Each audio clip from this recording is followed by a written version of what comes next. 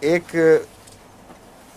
Combination میں استعمال کیا کرتا ہوں موٹاپے کے خلاف، اور موٹاپے کی بہت سی دوائیں ہیں، مگر زیادہ تر یہ اس لیے استعمال کرتا ہوں، موٹاپا عمومی نہیں بلکہ زیادہ تر اینٹی کلسٹرل دوائی کے طور پر استعمال کرتا ہوں۔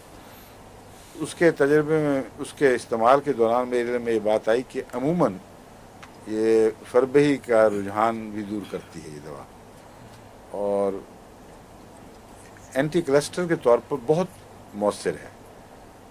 اس میں 3 دوائیں ہیں جو ملاتا ہوں میں۔ ایک ہے کولیسٹرینم، CHOLESTRINUM،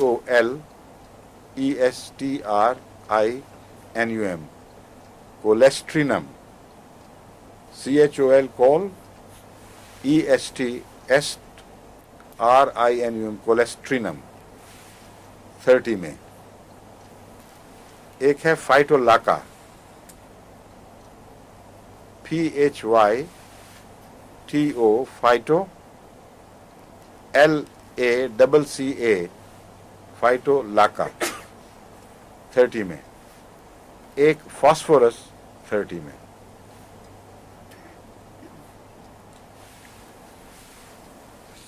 یہ تینوں ملا کر اگر دی جائیں تو بھاری پرسنٹیج، ایک بھاری تعداد مریضوں کی تناسب کے لحاظ سے ایسی ہوگی جس میں ضرور کچھ نہ کچھ فائدہ پہنچاتی ہے، بعض دفعہ تو غیر معمولی فائدہ دکھاتی ہے۔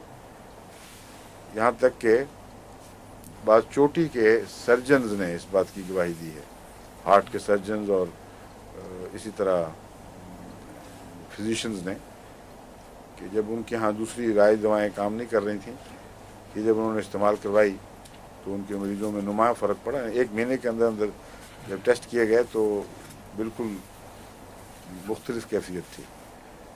فاسفورس تو ویسے ہی بہت گہری دوا ہے، لیکن فاسفورس کے متعلق میں جو بات کہنا چاہتا ہوں وہ یہ ہے کہ بعض دفعہ جو فیلوپین ٹیوبز کے بند ہونے، ان کے اوپر چربیاں بیٹھنے، ان کی وجہ سے بھی حمل میں دقت پیدا ہو جاتی ہے، حمل ٹھہرنے میں۔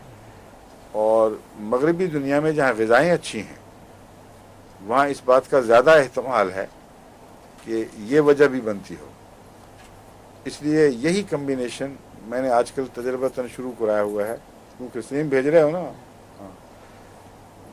جو آج کل جو مجھے خط آتے ہیں میں تجربے کی خاطر اب یہ دے رہا ہوں ان کو۔ پہلے تو ان کے علامتیں پوچھ کے غور کر کے دیتا تھا، یہ میں معلوم کرنا چاہتا ہوں کہ کتنے فیصد کیسز میں اور کس قسم کے کیسز میں اس دوا نے فائدہ پہنچایا ہے۔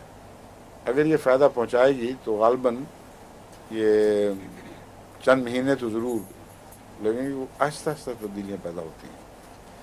مگر فاسفورس کے متعلق میں یہ احتیاط بتانا چاہتا ہوں کہ اول جب آپ یہ علاج شروع کریں تو پہلے بغیر فاسفورس کے فائٹولاکا اور کولیسٹرینم ہی دیں، کیونکہ